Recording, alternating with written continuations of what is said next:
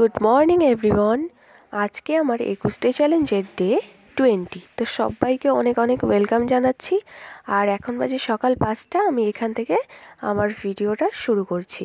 তো চলো আজকে সারাদিন কি পড়ি এবং তার সাথে যে WBP 2023-এর যে কোশ্চেন সলভ করছি, কিছু কোশ্চেন বাকি ছিল, তো আজকে শেষ করব। এখন বাজে সকাল 8টা, আর কালকে এই কোশ্চেনটা অবধি হয়ে গেছিলো। তো চলো রানটা করে আসলাম, এখন কোশ্চেনগুলো সলভ করি। ফার্স্ট কোশ্চেন যেটা আছে, হাইড্রোজেন গ্যাসের সাপেক্ষে নিচের কোনটি সত্য নয়? সত্য নয় হচ্ছে হলুদ বর্ণের, কারণ হাইড্রোজেন গ্যাসের বর্ণহীন, অবিষাক্ত, গন্ধহীন এবং হাইড্রোজেন গ্যাস দাহ্য এবং স্বাধীন, এই কয়েকটা ঠিক আছে, কিন্তু হাইড্রোজেন গ্যাসটা হলুদ বর্ণের নয়। এরপরে কোশ্চেন, কোন ভিটামিনের বিজ্ঞানসম্মত নাম ক্যালসিফেরল? তো ভিটামিন ডি এর নাম হচ্ছে ক্যালসিফেরল, এবং ভিটামিন ডি এর অভাবে অস্ট্রিওম্যালেশিয়া এবং রিকেট রোগ, এই দুটো হয়। এবং ভিটামিন কে এর রাসায়নিক নাম হচ্ছে ফাইলোকুইনান, এবং ভিটামিন কে এর অভাবে হয় রক্ততঞ্চনে বাধাপ্রাপ্ত।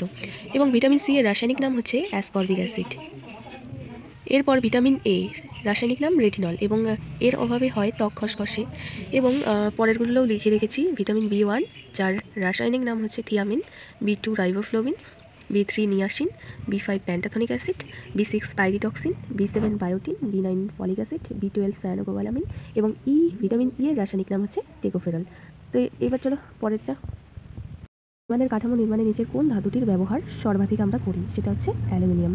এরপরে, লোয়েস কি দ্বারা গঠিত ভূমিরূপের উদাহরণ? লোয়েস বায়ু দ্বারা গঠিত ভূমিরূপের উদাহরণ। পরেরটা, মিসিসিপি আমেরিকার দীর্ঘতম নদী হচ্ছে, দ্বিতীয় দীর্ঘতম নদী মিসিসিপি।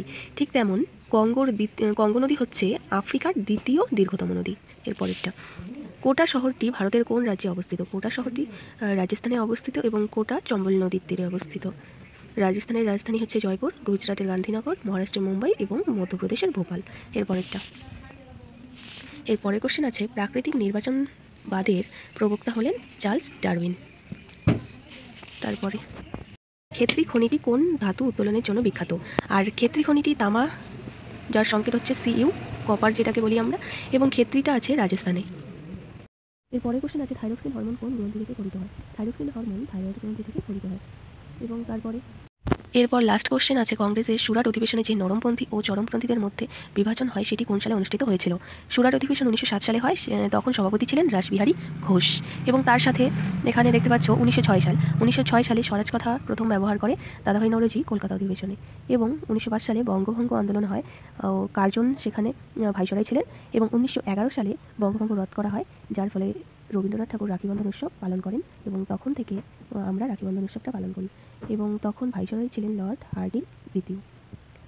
ফাইনালি আজকে WBP 2023-এর যে জিকে কোশ্চেনগুলো সলভ করছিলাম, সেগুলো আজকে শেষ হলো। তো চলো ভিডিওটা আর বাড়াচ্ছি না, দেখা হচ্ছে নেক্সট একটা ভিডিও। সবাই ভালো থেকো।